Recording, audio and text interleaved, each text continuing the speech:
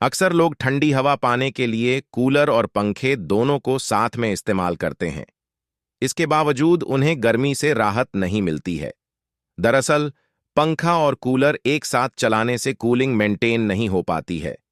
देश के कई हिस्सों में मानसून ने दस्तक दे दी है। इसके साथ ही कई जगह बारिश भी शुरू हो गई है। बारिश के बाद हवा में नमी हो जाती है और उमस बढ़ने लगती है, जिसके चलते हमारे शरीर से पसीना टपकने लगता है। इतना ही नहीं, उमस के चलते हमें कूलर की हवा भी नहीं लगती। ऐसी स्थिति में लोग ठंडी हवा पाने के लिए कूलर के साथ साथ पंखे का भी इस्तेमाल करने लगते हैं। इसके बावजूद उन्हें कोई राहत नहीं मिलती है।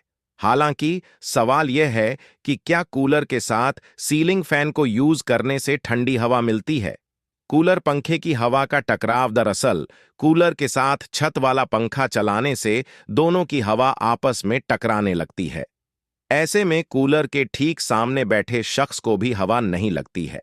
हालांकि अगर आपका कमरा बड़ा है, तब पंखा चलाने पर कोई बड़ी दिक्कत नहीं होती है, लेकिन अगर आपका कमरा छोटा है और आप कूलर और सीलिंग फैन दोनों को एक साथ यूज कर रहे हैं, तो हो सकता है कि आपको कूलर की हवा न लगे। स्लो पंखा चलाने से मिलेगी फायदा। अगर आपके कमरे में कूलर चल रहा है, तो सीलिंग फैन यूज करने से बचना एक बेहतर विकल्प है। लेकिन अगर किसी वजह से आप सीलिंग फैन को यूज कर रहे हैं, तो जरूरी है कि पंखे की स्पीड को स्लो रखें।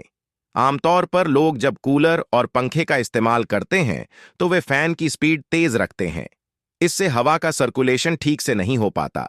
ऐसे में जरूरी है कि कूलर के साथ पंखा यूज करते वक्त फैन की स्पीड कम हो। इससे हवा का सर्कुलेशन ज्यादा बेहतर ढंग से होता है। तेज धूप में भी कूलर के साथ न चलाएं फैन। इसके अलावा इस बात का भी ध्यान में रखें कि अगर बाहर तेज धूप है और आपकी सीलिंग तप रही है, तो आपका पंखा गर्म हवा देगा। इसके चलते कूलर कूलिंग मेंटेन नहीं कर पाएगा है।